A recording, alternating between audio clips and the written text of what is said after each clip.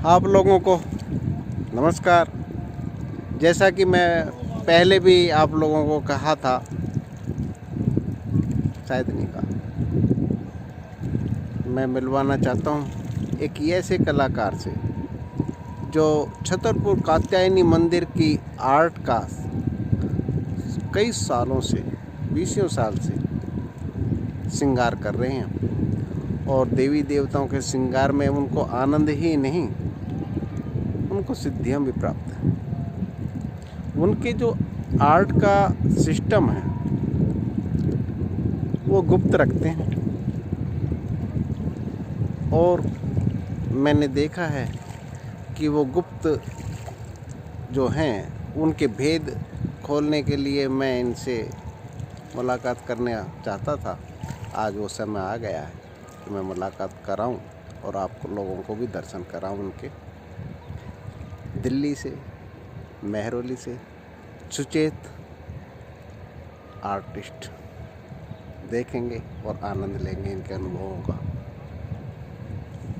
मैं ऋषिकेश से गंगा के घाट पर, गंगा के किनारे दिखाएंगे, बात कराएंगे। मेरे पीछे भी देख रहे हैं आप, और इनसे मुलाकात कर। भाई जी को प्रणाम। हरिओम गंगे हरिओम हरिओम हरिओम। और श्री मंगे नमः। ओम श्री सूर्याय नमः। और समस्त देवताय नमः। ओम हरिओम। जय मां गंगे। ये स्वच्छ निर्मल धारा, ये गंगा जी की निर्मल धारा, स्वच्छ धारा कितनी शीतल है। ऊंचे ऊंचे पहाड़, चारों तरफ हरियाली, और ये पत्थर सैकड़ों किलोमीटर का सफ़र करके ये पत्थर गंगा जी अपने साथ लेके चली है। किसी का सफ़र यहीं ख़त्म हो गया, किसी पत्थर का, किसी का आगे जाके ख़त्म हो गया, किसी का आगे जाके ख़त्म हो गया, किसी का और आगे जाके, कोई हरिद्वार तक पहुंच गया, कोई और आगे चला गया। तो ये माँ है, गंगा माँ, इसको कब तक रखती है? ऐसे जीवन है, वही जीवन की डोर है। कहाँ तक है, कहाँ तक सफ़र है? हम सब मुसाफिर हैं इन पत्थरों की तरह। कब माँ गंगा हाथ छोड़ देती है, कब माँ गंगा साथ ले जाती है, ये माँ जाने। माँ का आंचल है, ये सदा शीतलता देती है। चाहे इंसान है, पेड़ पौधे हैं, पक्षी हैं, चाहे मनुष्य है। मनुष्य इसको गंदा करता रहता है, लेकिन माँ अपने आप से निर्मल हो जाती है।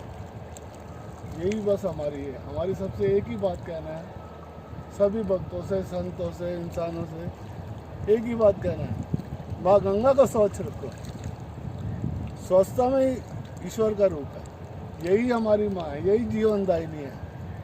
हरिओम। जय माँ गंगे, जय माँ गंगे। ये आपने देखा है कि आर्टिस्ट के दृष्टिकोण से माँ गंगा कैसा, किस दृष्टिकोण से क्या देखते हैं माँ गंगा के प्रति, उनकी क्या भावना रहती है। और मैंने इनके एक गुप्त रहस्य वाली बात है, बताऊंगा आपको। ये पत्थरों में कुछ न कुछ ढूंढते रहते हैं, मैंने देखा है। मैं जब भी इनसे मिला है, पत्थर उठा के मेरे से पकड़ाते थे, ये लो संभाल के रखना, मैं ले लूँगा आपसे। तो मैंने देखा है कि कुछ ना कुछ ढूंढते रहते हैं। इनसे जानना चाहता हूँ मैं कि वो एक्चुअल में क्या ढूंढते हैं, क्या है उसमें, क्या छुपा हुआ है।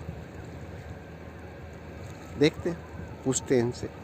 जैसा कि आप देख रहे हैं, ये पत्थर जो है, इनमें कुछ ना कुछ खोजते हैं, कुछ ढूंढते हैं। मैं जानना चाहूँगा, भाई जी ये आप थोड़ा सा इस पे प्रकाश डालें, आप इसमें क्या ढूंढते हैं? हमें तो ये सारे पत्थर एक जैसे ही नज़र आते हैं, और जो आपके हाथ में है कुछ अलग सा भी नज़र आ रहा है और पत्थरों से। ये भाई आपने बिल्कुल ठीक कहा कि ये और पत्थरों से बिल्कुल अलग है। अब अलग होने का कारण क्या है? जो इसकी सुंदरता है। अब वो सुंदरता है कहाँ? सुंदरता को देखने के लिए आपकी आंखें चाहिए। नहीं, आपने उठाया तो सुंदरता लग रहा है, और तो नॉर्मल लग रहा था। जब आपने उठा लिया तो वो अलग ही नज़र आ रहा है सभी पत्थरों में से। हाँ, तो इसके अंदर जो चीज़ है ना, इसके अंदर कुछ ऐसा है जो चमक रहा है जी। हरा हरा। अगर जो आप गौर से देखेंगे तो यहाँ पे ये छोटे छोटे ये ग्रीन है, समझिए ना, ये अलग ही मतलब चमकते हुए। अभी इसके ऊपर मिट्टी है, मैं इसको धो के लाता हूँ अभी।